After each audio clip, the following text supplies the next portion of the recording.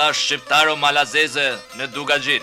Dugagjini e ushqej pavarësinë me barutin e martinave fisnike dhe gjakun e djalosharëve të bive të vet. Pavarësia jon erdhi e vonuar dhe gjysmake. Armiq të rinë me oreks të vjetër na vërsulen prap të përpin gjithçka nga trojet tona.